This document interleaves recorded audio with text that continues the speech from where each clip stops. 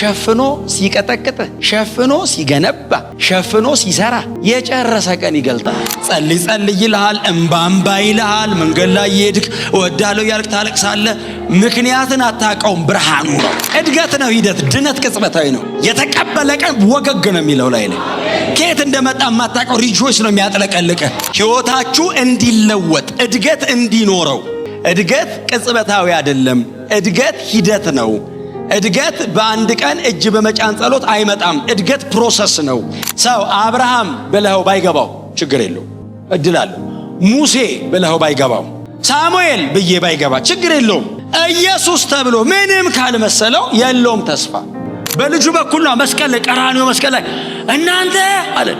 አቤት አለን። ድንገት ድምፅ ሰምተን ኑጡ ሲል ወደዚህ አለን። በመስቀሉ በኩል ብቅ ስንል ቦግ አለ።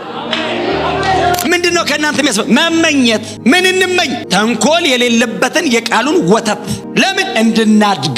ሁሌ በእግዚአብሔር ፊት ልጅ መሆን ጥሩ ነው። እንከን የሌለበትን፣ ተንኮል የሌለበትን ንጹህን የቃሉን ወተት እንጠማለን። ዛሬ አጠጥቶናል፣ በኋላም ያጠጣናል። ነገም ከሱ ነው የምንጠጣው። የተወለዱ ሕፃናት ነና ስንል እሱ ነው አቅራቢ፣ እሱ ነው መጋቢ፣ እሱ ነው አሳዳጊ። እናድጋለን። ክብር ለኢየሱስ ይሁን። ወደ ጌታችን ወደ ኢየሱስ ክርስቶስ ሙላት እናድጋለን። አንድ ሕፃን ልጅ ይመኛል። የተወለደ ሕፃን ልጅ ድምፅ ያወጣል፣ ይጮሃል። እናቱን ሁልጊዜ እንድትመግበው፣ ሁልጊዜ እንድትሰጠው፣ ወተት እንዲጠጣ ሁልጊዜ። የተወለደ ሕፃን ልጅ በተለይ ኮንቲኒየስሊ አያርፍም። ደግነቱ እግዚአብሔርም በእናቶች በኩል አቅርቦቱን አያቋርጥም እንጂ የተወለደ ሕፃን ልጅ በጣም ነው አደለ ፊድ የሚደረገው።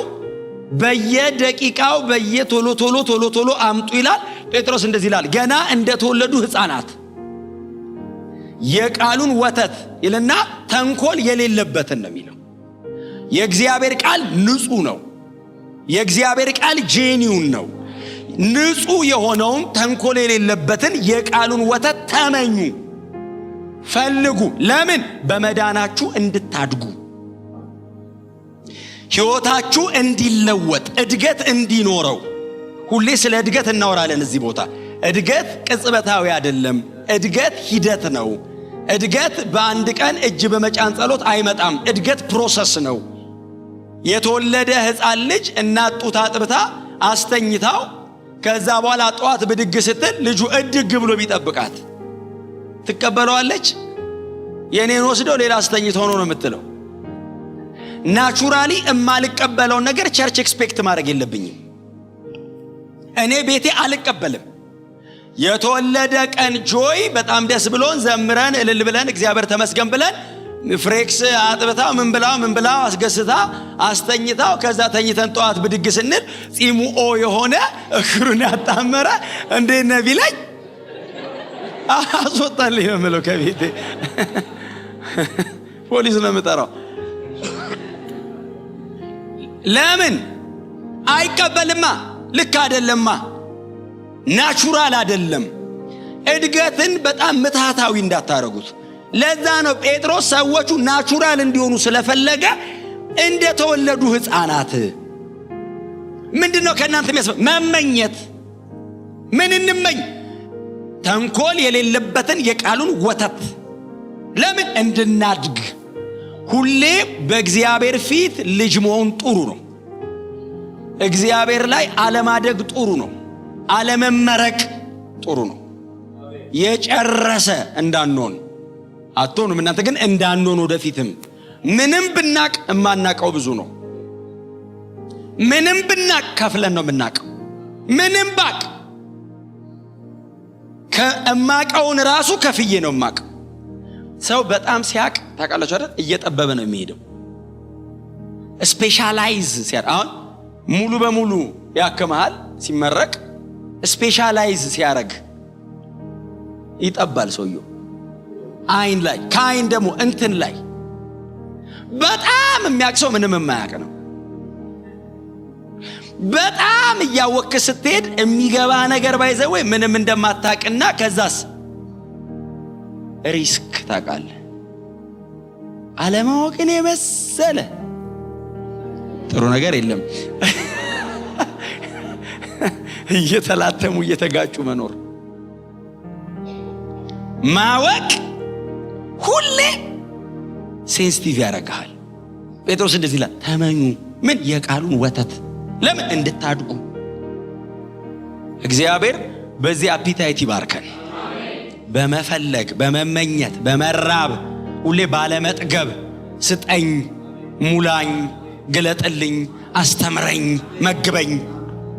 ጴጥሮስ ለዚህ እነዚህን ሰዎች አፒታይታቸውን ክፍት ያደርገው። አይ ቲንክ ብዙዎቹ በጌታ ቤት የቆዩ ናቸው፣ የበረቱ ናቸው፣ የጸኑ ናቸው። ሐዋርያው ጴጥሮስም ያውቃቸዋል የተወሰኑትን። በሐዋርያው ዮሐንስም የተገለገሉ ናቸው። ስለዚህ ሰዎቹ ቀላል ክርስቲያን አይነት አይደሉም። ሲነግራቸውና ሲመክራቸው ግን እንደ ተወለዱ ሕፃን። ኦ ማይ ጋድ! የተወለደ ሕፃን ዝም ብላችሁ አስቡት። እንደ ተወለዱ ሕፃናት ቸርች ውስጥ የቃል ወተት ተመኙ። ሁሌ በእግዚአብሔር እጅ ላይ ሆነ መግበኝ፣ አሳድገኝ፣ ለውጠኝ። የምናድገው በእግዚአብሔር ቃል ስለሆነ ከዛ ጴጥሮስ ቀጥሎ የሚናገረው ወደ ጌታ ወደ ኢየሱስ ክርስቶስና ወደ አዲስ ኪዳን እነዚህ የቃሉን ወተት ተመኙ እደጉ ወደ ተባሉ ቅዱሳን ደግሞ ይመጣል። እንደገና ወደ ጌታ ኢየሱስ ክርስቶስ ይመጣል። ከቁጥር 4 አካባቢ ጀምሮ ቀጥሎ ይመጣል። ሕያው ድንጋይ ብሎ ጌታ ኢየሱስ ክርስቶስን ያቀርበዋል። እኛን ደግሞ ሕያዋን ድንጋዮች ብሎ ያቀርበናል። ክብር ለኢየሱስ ይሁን። እና ጴጥሮስ እያወራ ያለው ስለ ኮንስትራክሽን ነው። እና ጴጥሮስ የገባውን የበራለትን ጉዳይ ሰዎቹ ሊገባቸው በሚችል ስነ ህንፃ ያወራል። እና ጌታችን ኢየሱስ ክርስቶስ በቤተ ክርስቲያን ቺፍ ኮርነር ስቶን ነው ይለዋል። የማዕዘን ራስ ድንጋይ ነው። ጌታ የተባረከ ይሁን። እኛ አማኞች ደግሞ በሱ በኩል ሕያዋን ድንጋዮች ነን ይላል። እግዚአብሔር በቀደመው ኪዳን ላይ የነበረውን ነገር በሙሉ ወደ አዲስ ኪዳን አሻግሮ አምጥቶታል ነው የሚለን ጴጥሮስ። በቀደመው ኪዳን እግዚአብሔር ቤተ መቅደስ ነበረው፣ አሁንም አለው። በቀደመው ድንጋይ ቤተ መቅደሱ ይገነባ ነበር፣ አሁንም ይገነባል። በቀደመው ኪዳን እግዚአብሔር በቤተ መቅደስ ውስጥ ያድራል፣ አሁንም ያድራል። መንፈሳውያን ቤቶች አሉት፣ አዎ አለው። ነበረው፣ አሁንም አለው። ታቦቱ የሚያድርበት ነበር በፊት፣ አሁን ደግሞ የሚያድርባቸው አሉ። እግዚአብሔር ቤተ መቅደስ ሁሌ አለው። ምንድነው ልዩነቱ? ከህንፃ ወደ ሰው ገብቶ ነው። ከህንፃ ወጣና ሰው ውስጥ አደረ። ይህንን ቤት አፍርሱት በ3 ቀን እገነባዋለሁ ያለው እኮ ከህንፃ ወጥቼ 3 ገብቻለሁ ነው። ኢየሱስ እኮ እያወራ ያለው ማደር አቁሜያለሁ ሳይሆን ቦታ ቀይሬያለሁ ነው። ቀድሞ ማድረው እዛ ውስጥ ነበር፣ አሁን እናንተ ውስጥ ልገባ ነው አለ። አፍርሱት አለ፣ እኔ በ3 ቀን አስነሳዋለሁ አለ። እርሱ የህይወት ምንጫችን ነው፣ ሕያው ድንጋይ ነው። ቀጥሎ የቤቱ የማዕዘን ራስ ድንጋይ ነው። የትኛውም ግንበኛ ሲሰራ ኮርነር ስቶን ሚስ አያረግም። የቤቱ ቅርጽ የሚወሰነው በኮርነር ስቶኑ ነው። ያ የማዕዘን ድንጋይ የሚቀመጥበት ቦታ የቤቱን ዲዛይን፣ የቤቱን ቅርጽ፣ የቤቱን ሁኔታ፣ የቤቱን መልክ ይወስነዋል። ስትራክቸሩ የሚወሰነው በማዕዘን ራስ ድንጋይ ነው። ጌታ ኢየሱስ ክርስቶስ የዚህ ቤት የማዕዘን ራስ ድንጋይ ነው። እያወራ ያለሁትኛው ስለ ሎካል ቸርቹ ብቻ ሳይሆን የዩኒቨርሳል ቸርች የማዕዘን ራስ ድንጋይ ክርስቶስ ነው። የቤቱ ስትራክቸር የሚወሰነው በሚደረደሩ ድንጋዮች አይደለም፣ በማዕዘኑ ነው። በጣም የሚገርማችሁ ግን ጴጥሮስ ሲነግረን እናንተ በክርስቶስ ኢየሱስ በኩል ሕያዋን ድንጋዮች ሆናችሁ የእግዚአብሔር ቤተ መቅደስ ለመሆን ትሰራላችሁ አለ። የእግዚአብሔር ማደሪያ ለመሆን ትሰራላችሁ አለ። እናንተ የምትሰሩ ናችሁ አለና የኢየሱስ ክርስቶስን የምድር ቆይታ ሲናገር አናጢዎች ወይንም ጠራቢዎች ሚሳረጉት አለ። የማዕዘን ራስ ድንጋይ ነው። ቤት የሚሰሩ ሰዎች የማዕዘን ራስ ድንጋዩን ጥለውት ቤት ይገነባሉ አለ። ለእግዚአብሔር ቤት ይሰራሉ። ኮርነርስቶን የለውም ቤቱ። ቅርጹ አይታወቅም፣ ወዴት እንደሚሰሩት አይታወቅም፣ ምን አይነት መልክ እንዳለው አይታወቅም።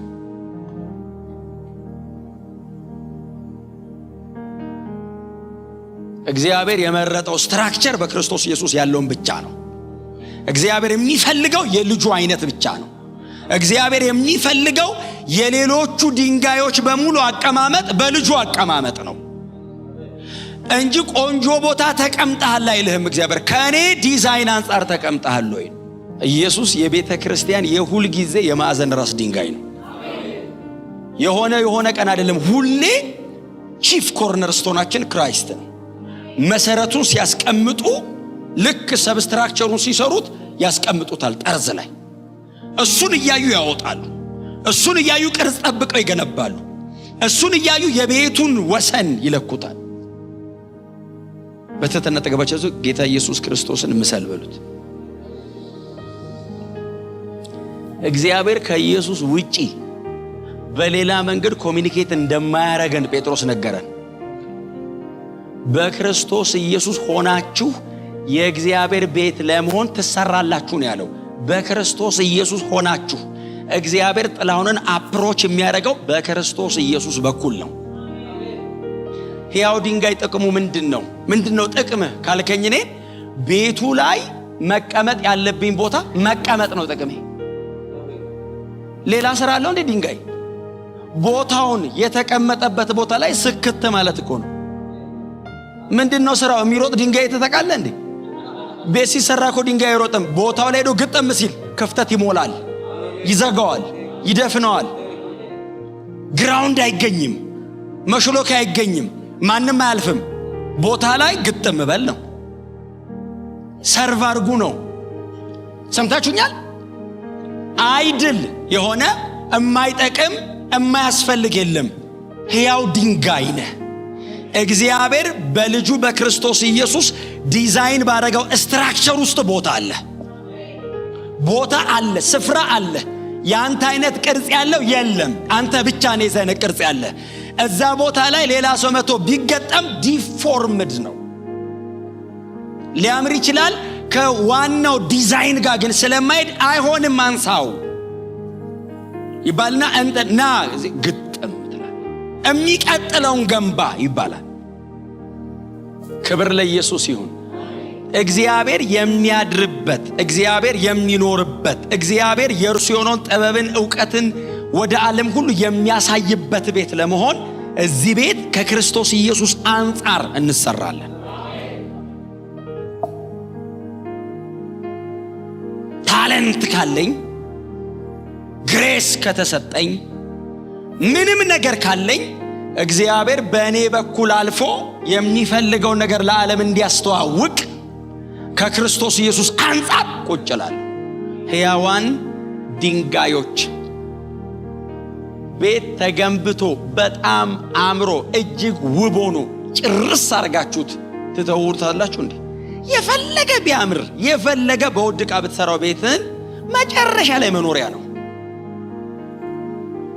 አልቲሜትሊ እዚህ ቤት መሰራት፣ መንፈሳዊ መሆን፣ መታገል፣ መቀጥቀጥ፣ መዘመር፣ መማር፣ በየቀኑ ጾም ጸሎት መያዝ፣ ይሄ ሁሉ ግቡ ምንድነው? የእግዚአብሔር መኖሪያ መሆን። ተገንብታችሁ የእግዚአብሔር መኖሪያ ለመሆን ትሰራላችሁ። አንድ ላይ ሃርመኒውን ጠብቆ፣ ከለሩን ጠብቆ፣ ስትራክቸሩን ጠብቆ። ክብር ለኢየሱስ ይሁን። በጣም በተለያየ ቅርጽ፣ በተለያየ ባክግራውንድ፣ በጣም በተለያየ አይነት ህይወት ውስጥ አልፈን የመጣ ነው።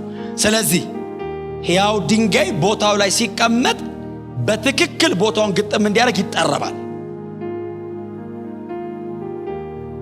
እንትን አለ እቺ ዝም ያረገ እዚህ ውስጥ ትኖራላችሁ። እኔ ድሮ ሰርቻለሁ፣ ከተማርኩ በኋላ እንትን ሰርቻለሁና አቃታለሁ። እንትናን ኮንስትራክሽኗን በጣም አድካሚ ነው። ውጤቱ ግን መልኩ ግን አልቆ ሰው ይመጣል አልቆ። እኛ ሀገር እንደውም ጥሩ አባባል አለ፣ ቸርች ባይሆንም ቤተሰሪ ምን የለውም ነው የሚሉት። የዚህ ቤቱ ሰሪው እግዚአብሔር ነው። በደም ነው የሰራው። አቅም ጨራሽ ነው። ጉልበትን ነው የሚጨርሰው።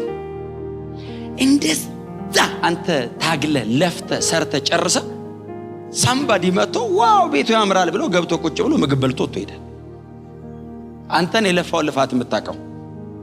እግዚአብሔር ሲሰራ፣ እግዚአብሔር ሲለፋብ፣ ሸፍኖ ሲቀጠቅጥ፣ ሸፍኖ ሲገነባ፣ ሸፍኖ ሲሰራ የጨረሰ ቀን ይገልጣል። የዛን ቀን አንተ አትታይም። ባይዘዌ አንድ ድንጋይ ተነጥሎ አይመሰገንም፣ ቤቱ ያምራል ለሚባል አንድ ላይ ነው የምንመሰገነው።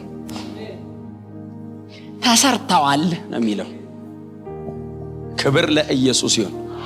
እና ጴጥሮስ ይቀጥላል፣ ማደሪያው ናችሁ ብቻ አይደለም የሚለን፣ ደግሞ ሕያው የሆነውን መስዋዕት በክርስቶስ ኢየሱስ በኩል ለእግዚአብሔር ታቀርባላችሁ።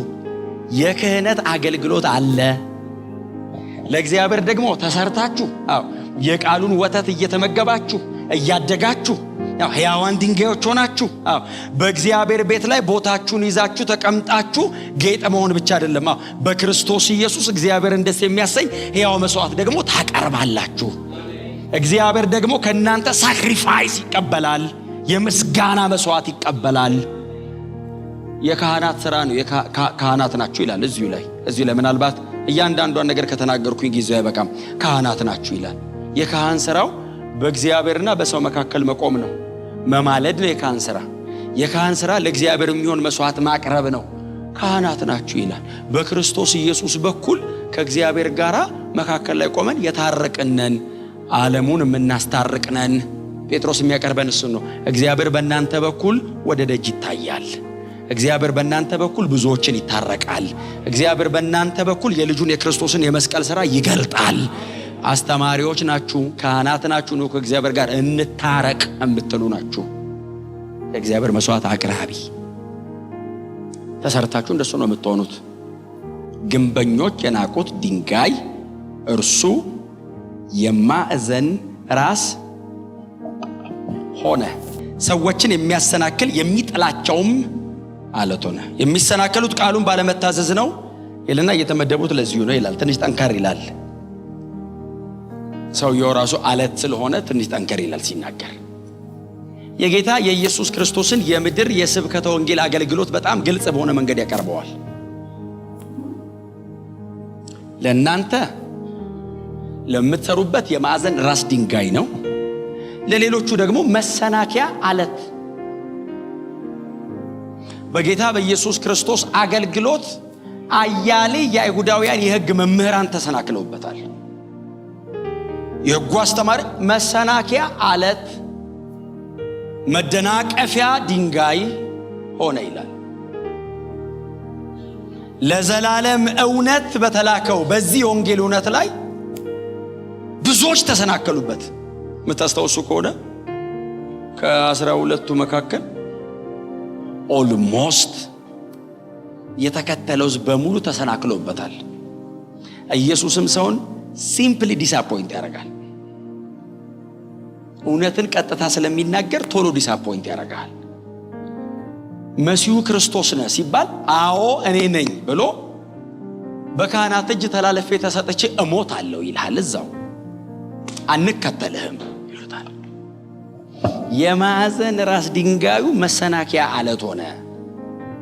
ተሰናከሉበት፣ ሚስ አረጉት፣ ከመስመር ወጡ። ይሄ አይደለም አሉ። መምህራን ሕጉን በስርዓተ ነጥብ የሚያውቁ ጸሐፍት፣ ፈሪሳውያን፣ ሰዱቃውያን ሊገሉት ተማከሩ። እንዴት እናጥፋው አሉ። መሰናከያ አለት ሆነ። ግንበኞች ጣሉት መሬት ላይ። በቤቱ ላይ ካህናት ሆነው እንዲያገለግሉት እንዲያጥኑለት የተመረጡት የተቀመጡት ሰዎች መሰናከያቸው ሆነ። ኢየሱስን ለመግደል ተማከሩ። ኢየሱስን እንዴት እንስቀለው ዲዛይን አረጉ ከጨለማው ዓለም ጋር። ጌታ ኢየሱስ ክርስቶስ ግንበኞቹን ቃል በቃል እንደዚህ አላቸው፣ የእናንተና የጨለማው ሰዓት ነው አላቸው። በጣም ከባድ ነው። በዛኛው ሳይድ ወሰዳቸው። የመሰናከላቸው ልክ እንቅፋት ሆኖባቸው እንዴት እንደወደቁ ሲል የእናንተና የጨለማው ሰዓት ነው፣ በእጃቸው ያለውን አድርጉ አላቸው። የተመደቡት ለዚህ ነው ይላል። በጣም ከባድ ቃል ነው፣ እሱን አልናገርም። ኦልሬዲ እዚህ የተመረጠ ነው ያለው። አይመለከታችሁም ብዬ አልናገርም። ጌታ የተባረከ ይሁን። ለመሰናከል ነው በቃ። ምን ከኢየሱስ የተሻለ አይመጣም። የተመደቡት ለዚህ ነው ማለት ከኢየሱስ የተሻለ በዚህ አይነት መጠን ወደ ምድር አይላክም። የመጨረሻው ኢየሱስ ነው። በክርስቶስ ኢየሱስ መመለስ ካልቻሉ አይመለሱም። ሰው አብርሃም ብለው ባይገባው ችግር የለው፣ እድል አለው። ሙሴ ብለው ባይገባው፣ ሳሙኤል ብዬ ባይገባ ችግር የለውም። ኢየሱስ ተብሎ ምንም ካልመሰለው የለውም ተስፋ። የተሻለ አይመጣም። የመጨረሻው ኢየሱስ ነው። ስለዚህ ነው ጴጥሮስ ምንድነው የሚላቸው? ለዚህ የተመደቡ ናቸው። በዚህ ካልተመለሱ፣ በዚህ ካልተስተካከሉ፣ ይሄ ወደ እውነተኛው ዲዛይን ካላመጣቸው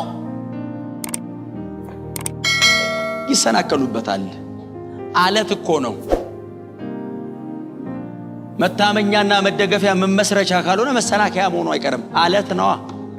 ፈቀቅ ልታደርገው አትችልም። ከተጋጨው ያቆስልሃል፣ ይሰብርሃል። አለት ነው፣ አይነቃነቅም። እግዚአብሔር ነው ያስቀመጠው። የቤቱ መሰረት ነው። ቤቱ የእግዚአብሔር ነው። ገንቦ ያላቸው ሰዎች ናቸው ሚስ ያደረጉት እንጂ ቤቱ እኮ እሱ ነው። ኑ አለ። ቤተሰሪዎች፣ እዚህ ውስጥ ያላችሁ ቤተሰሪዎች እኮ ትጠሩና የሚሰራ ሰው እኮ ትቀጥራላችሁ። ገንባ ትለዋል። ከዛ ዲዛይን እንካ ትለዋል። እንደ ዲዛይኑ ካልሰራ አንደኛ ሪስትራክቸር አፍርሰ እንደገና እንደምትፈልገው ትሰራዋለህ። ሰውየውንስ ታባረዋለህ። የሚሰራ ሌላ ታመጣለህ። አሁን ግንበኞቹ እግዚአብሔር ኑ ስሩ አላቸውና አለቱ ይኸውና አላቸው። እዚህ ላይ ገንቡ አላቸው። አንፈልግም ብለው ሌላ ሊገነቡ ሲሉ መሰናከያ ሆነ። ተደናቅፈው ወደቁ። ገንቢው ነው የወደቀው። ባለቤቱ ከዚህ ውጭ አልፈልግም አለ። ሲደናቀፉ በቃ ሌላ ላይ ስሩ አይደለም ያላቸው፣ ለዚህ የተመደቡ ናቸው ብሎ አለፈ። ከኢየሱስ ውጭ እግዚአብሔር ምርጫ የለውም። አሜን በሏ። አይመርጥም። ኢየሱስ አልሆነም ማለት ነው አይልም። ፌል የማያረግበት ጉዳይ ልጁ ነው። ኢየሱስ መቼም ፌል አያረግም። ጄኒውን ነው። ለዘላለም አባቱን አጠግቦታል። ኢየሱስ ላይ ጥላውን ሚስ ቢያረግ እግዚአብሔር ይተወኛል እንጂ ልጁን አይተውም። አልፈልግም በቃ ሌላ ብለው ከልጅ ውጭ ታውቃለሁ ነው የሚለው እና መሰናከያ ይሆናል እንጂ አለት ከመሬት ላይ አያነሳም። አለት ከመሰረትነት አይነሳም። አለት ከቦታው ላይ አይለቅም። እግዚአብሔር ደስ የሚሰኘው በዚህ በኩል ብቻ ነው። ይህንን እምቢ ሰው ቢልስ ለዚህ የተመደበ ነው ብሎ ያልፈዋል። ለመሰናከል የተወሰኑ ናቸው ማለት ነው ብሎ አለፈውና ከዛ ቸርች ውስጥ ነው ለኛ የሆነው ልንገራችሁን አልጨርስ። የኛ ልንገራችሁ። እናንተ ለመገንባት ነው የተመደባችሁት፣ ለመሰናከል አይደለም። ለመሰራትና ለመስራት ነው የተጠራችሁት። በክርስቶስ ኢየሱስ በኩል ወደ እግዚአብሔር ለመቅረብና ብዙዎችን በክርስቶስ በኩል ወደ እግዚአብሔር ለማቅረብ ነው የተጠራችሁት። መስዋዕት ለማቅረብ ብቻ አይደለም ካህን የተፈለገው። ካህን ወደ እግዚአብሔር ይገባል። ካህናት ናችሁ ማለት በክርስቶስ በኩል ወደ እግዚአብሔር ቀራቢዎች ናችሁ ነው። አቅራቢም ነው ደግሞ እሱም የመግባት እድል አለው። እሱም ሊቀ ካህኑ በአመት አንዴ፣ በተለይ በአመት አንዴ ይገባል። ካህናቱ በሙሉ ቅድስት ላይ ይሆናሉ። በህዝቡና በእግዚአብሔር ቃል ኪዳን ታቦት መሃል ይሆናሉ። ህዝቡ ደጅ ይሆናል። ስለዚህ ሊቀ ካህኑ በአመት አንዴ የመግባት አክሰስ አለ። በክርስቶስ ኢየሱስ በኩል እናንተ ቀርባችኋል፣ ገብታችኋል። ኦ ማይ ጋድ! ቅድስተ ቅዱሳን ገብተሃል ብሎ ተጠገባቸው ያለውን ሰው ስሙኝ። ቅድስተ ቅዱሳን በጣም ከባድ ነው። አይገባም። እስራኤላዊ ቢሆን ኖሮ ወይ እሪ ብሎ አሜን ይላል፣ ወይ ወጥቶ ይሄዳል። ወይ አይገባም ብሎ ወይ ወጥቶ ይሄዳል። ወይ ገብቻለሁ ካለ ደግሞ እየተንከባለለ የሚጮህ። ምክንያቱም ሊቀ ካህኑ በአመት አንዴ ነው የሚገባው። ሲገባስ እግሩ ላይ ቃጭል ተደርጎ ገመድ ተደርጎ ደጅ ተጠብቆ ከዛ እንደዚህ ያረጉታል። ሲያረጉት እግሩን ካረገ አለው እያለ ነው። ድምፅ ማውጣት አትችልም። እግዚአብሔር ነው። ቀጥሎስ መብራት ይዞ መግባት አይቻልም። ቅድስተ ቅዱሳን እግዚአብሔር ብርሃን ነው ስለሚል መብራት ይዘህ በገባ ትሞታል። እሳት ራሱ እሱ ከመረጠ ውጪ ሌላ እሳት አመጡ ይልና ገደላቸው ይላል። ሌላ እሳት እንደ እግዚአብሔር ያለ ቅዱስ የለም። አይቻልም። እኛ እንዴት ገባን? በክርስቶስ ኢየሱስ በኩል። ስሙኝ፣ ካህናት ናችሁ ሲል እግዚአብሔር ቅድስና ቀንሶ አይደለም፣ በልጁ በኩል ተቀብሎን ነው። አያችሁ፣ ቦታው እስካሁንም እንደ ድሮ ነው። እግዚአብሔር ስፍራ ለቆ ጠጋ ብሎ አይደለም፣ እንደ ድሮ ነው። እግዚአብሔር የዘንድሮ የሚባል እግዚአብሔር የለም። ለዘላለም የማይለወጥ አምላክ ነው። ቅድስናውም ጽድቁም ያው ነው። እንዴት ተቀበለ? በክርስቶስ ኢየሱስ በኩል ነው የሚለው። ባይዘው በክርስቶስ በኩል ቅዱሳን ካህናት እግዚአብሔር ና አቀበለዋለሁ መስዋዕት። ለምን? በልጄ በኩል ነው የመጣው። እምቢ አልልህም። እናንተ ለዚህ የተመደባችሁ ናችሁ። አዎ እግዚአብሔርን አክሰስ ለማድረግ ከእግዚአብሔር ጋር ለመኖር። ከዛ ይቀጥላል። ቁጥር 9 ብቻ ልንገራችሁ። እናንተም ይና ቀጥሎ ምንድን ነው የሚለው? ከጨለማ ትራንዚሽኑ በጣም ከባድ ነው። ከድቅድቅ ጨለማ ወደሚደነቅ ብርሃኑ ነው የሚለው አይደል? ብርሃን ነው የሚለው፣ ብርሃኑ ነው የሚለው። ብርሃን አይደለም፣ የእግዚአብሔር ነው ብርሃኑ። ወደ ፀሐይ አይደለም የጠራ፣ ወደ ራሱ ነው የጠራ። ወደ ብርሃኑ ነው። he the source of life አይደል? የብርሃን ምንጭ ነው ማለት የህይወት ምንጭ ነው እኮ። ፎስ የሚል አንድ ግሪክ ቃል ነው የሚጠቀመው። አንደኛ ዮሐንስ ምዕራፍ 1 ቁጥር 5 ፎስ ማለት the light itself። እግዚአብሔር የብርሃን ፋውንቴን ነው። ተበድሮ አያበራም፣ ይፈሳል ከላዩ ላይ። የብርሃን ጥርቅም አይደለም እግዚአብሔር፣ የብርሃን ምንጭ ነው አይደል? ብርሃን እንደ ልብስ አይደለም የሚለብሰው፣ ሲያጣፋ ብርሃን ነው የሚያጣፋ። ሰማይ ስንዴ እንደዛ ነው የምንለብሰው። ከድቅድቅ የብርሃኑን ድምቀት ከጨለማው ጋር ያያይዘዋል። ጨለማው ድቅድቅ ያለ ጨለማ ነው፣ ሞት ብቻ ነው ተስፋ የሌለበት። ይሄኛው ደግሞ ወደ ብርሃን ብቻ አይደለም ወደሚደነቅ። ያውላችሁ ከእኩለ ሌሊቱ ወደ እኩለ ቀን፣ ከእኩለ ሌሊት ከሌሊቱ 6 ሰዓት ቀትር 6 ሰዓት ቀስ እያለ አይደለም የበራው፣ ወገግ ነው ያለው። ድምቅ ያለ ከድቅድቅ ጨለማ ወደሚደነቀው ብርሃኑ የጠራችሁ። እስቲ ጮክ ብልና ጠርቶ ነው ያወጣኝ በሉ እስቲ። አዎ የጠራችሁ ኑ አለን በክርስቶስ ኢየሱስ። አቤትን ኑ ውጡ። በልጁ በኩል ነው መስቀል ላይ፣ ቀራንዮ መስቀል ላይ እናንተ አለን። አቤት አለን። ድንገት ድምፅ ሰምተን ኑ ውጡ ሲል ወደዚህ አለን። በመስቀሉ በኩል ብቅ ስንል ቦግ። ሳልቬሽን ቅጽበታዊ ነው፣ እድገት ነው፣ ሂደት ድነት ቅጽበታዊ ነው። የተቀበለ ቀን ወገግ ነው የሚለው ላይ ከየት እንደመጣ የማታውቀው ሪጆይስ ነው የሚያጥለቀልቀ። ዝም ብለህ ዘምር ዘምር ዘምር ዘምር ዘምር ነው የሚልህ። አገኘ አላገኘ፣ ሰው አጨበጨበ አላጨበጨበ፣ ሰው ወደደ ጠላ ጉዳይ አይደለም። ዝም ብሎ ያዘምርሃል፣ ጸልይ ጸልይ ይልሃል፣ እምባ ይልሃል። መንገድ ላይ እየሄድክ እወዳለሁ ያልክ ታለቅሳለህ። ምክንያትን አታውቀውም። ብርሃኑ ነው። ምንም ይሄ ብርሃን ያላበራበት ኮርነር የለም ህይወታችን ላይ። ጥልቅልቅ ነው ያረገን እና በዚህ ገብቶ በዚህ በኩል ነው ያለፈው። የሆነ ቦታ አልቆመም፣ ጥርግ ነው ያረገው። ወደሚደነቀው ብርሃኑ የጠራችሁ። ከዛ ምንድን ነው የሚለው? የእርሱን በጎነት እንድትነግሩ። የእግዚአብሔር በጎነት ተናጋሪዎች። የጠራችሁን የእርሱን በጎነት እንድትነግሩ ብሎ ምንድን ነው የሚለው? የተመረጠ ትውልድ፣ የንጉሥ ካህናት፣ ቅዱስ ሕዝብ። ይሄ ሁሉ ነው። አንድ ሰው ብቻውን እንዲህ ተጠርቶ ቸርች የእርሱን በጎነት እንድትነግር የተመረጠ ትውልድ። ብሉይ ኪዳን እስራኤል ናት ለእግዚአብሔር እንደዚህ። አሁንስ ቸርች ናት። ከግሪክ ከስኩቴስ፣ ከጨዋ ከባሪያ፣ ከተማረ ካልተማረ፣ ከጥቁሩ ከነጩ፣ ከቢጫው ከሩቁ ከቅርቡ አረገና እግዚአብሔር ከሁሉም ሰበሰበንና አቤሰን የተመረጠ ትውልድ። መራጭ ነኝ እኔ። የተመረጠ ትውልድ፣ የንጉሥ ካህናት፣ ለርስት የተለየ ወገን፣ ቅዱስ ሕዝብ አለና እሺ ናችሁ። እኛ አዎ ናችሁ። እኛ አይደለም ጮክ ብለን ነን ያልነው እሱ ነው። ከላይ ወደ ታች የመጣ ድምጽ ነው፣ ከታች ወደ ላይ አይደለም። ነን ብለን አይደለም ክሌም ያደረገው እሱ ነው። ጠራን።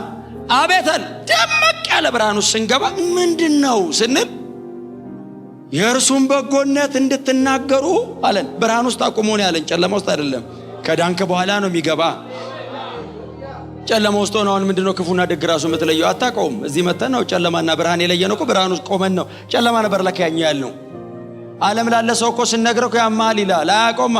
ጨለማ ውስጥ ሆነ እኮ ብርሃን የማያውቅ ሰው ይሆን ብርሃን ብትለው አንጻራዊ ደና ጨለማ ነው የሚያውቀው። በጣም ጨለማና ትንሽ ጨለማ ነው የሚያውቀው፣ ብርሃን አያውቅም። እዚህ ቆመንስ ድቅድቅ ጨለማ። ልዩነቱ የገባ ቸርች መተን ጥሩ ሰው አይደለም እግዚአብሔር ያዳነው። ወጥቶ አወጣ አቆመን አዳነን ስንል ያዳንኳችሁ ወደዚህ ብርሃን የጠራኋችሁ የኔን በጎነት እንድታወሩ ነው። አዳኛለ እንድትሉ ነው። የክርስቶስ ኢየሱስን የመስቀል ሥራ ይሄ ነው በጎነት። ሌላ በጎነት አለ እንዴ አዲስ ኪዳን ላይ? ምንስ ቢያረጋላችሁ ከዚህ የበለጠ አያረጋላችሁም። የመጨረሻው በጎነት ይሄ ነው። የእግዚአብሔርን በጎነት እግዚአብሔር በጎ መሆኑን እንድትናገሩ ጮክ በሉና የተመረጠ ትውልድ በሉ እስቲ። የንጉሥ ካህን ለርስት የተለየ ወገን ቅዱስ ሕዝብ አሜን ናችሁ። የምንሰራው የምናድገው እንደ ሕፃናት በየቀኑ እየተገናኘን፣ ሰኞ እየተገናኘን፣ ሮብ እየተገናኘን፣ እሁድ እየተገናኘን፣ ሐሙስ ማታ እየተገናኘን፣ እንደገና ደግሞ ማክሰኞ ጧት፣ ሐሙስ ጧት፣ ቅዳሜ ጧት እየተገናኘን፣ ዓርብ ብቻ ነው ማላገኛችሁ ብዙዎቻችሁ እንጂ በኦልሞስት በሳምንቱ 6 ቀን አገኛችኋለሁ። ይሄንን ሁሉ ተገናኝተን ተንበርክከን ስንጸልይ ቁጭ ብለን የጌታን ቃል ስንከፋፈል እንደገና እንደተወለዱ ሕፃናት እንከን የሌለበትን ተንኮል የሌለበትን ንጹህን የቃሉን ወተት እንጠማለን። ዛሬ አጠጥቶናል፣ በኋላም ያጠጣናል። ነገም ከሱ ነው የምንጠጣው። የተወለዱ ሕፃናት ነና ስንል እሱ ነው አቅራቢ፣ እሱ ነው መጋቢ፣ እሱ ነው አሳዳጊ። እናድጋለን። የእግዚአብሔር ቤት ለመሆን ለመሰራት እናድጋለን። ቅዱሳን ካህናት ሆነን መንፈሳዊ መስዋዕት ለማቅረብ እናድጋለን። የእርሱን በጎነት የሚናገር የተመረጠ ትውልድ ቅዱስ ሕዝብ ለርስት የተለየ ወገን ሆነን ለዘላለም ከእርሱ ጋር እንኖራለን። ክብር ለኢየሱስ።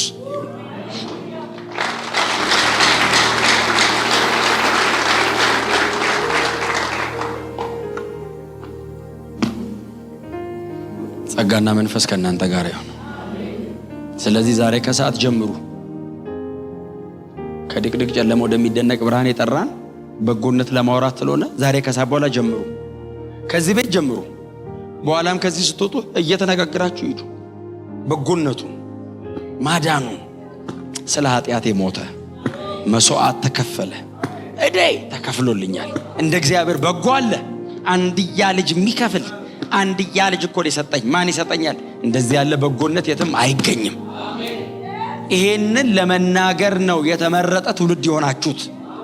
በፍጹም ሌላ አጀንዳ የለውም። እግዚአብሔር ቅዱስ ሕዝብ ያረጋችሁ፣ ለርስት የተለየ ወገን ያረጋችሁ፣ የተመረጠ ትውልድ ያደረጋችሁ በጎነቱን እንድትናገሩ።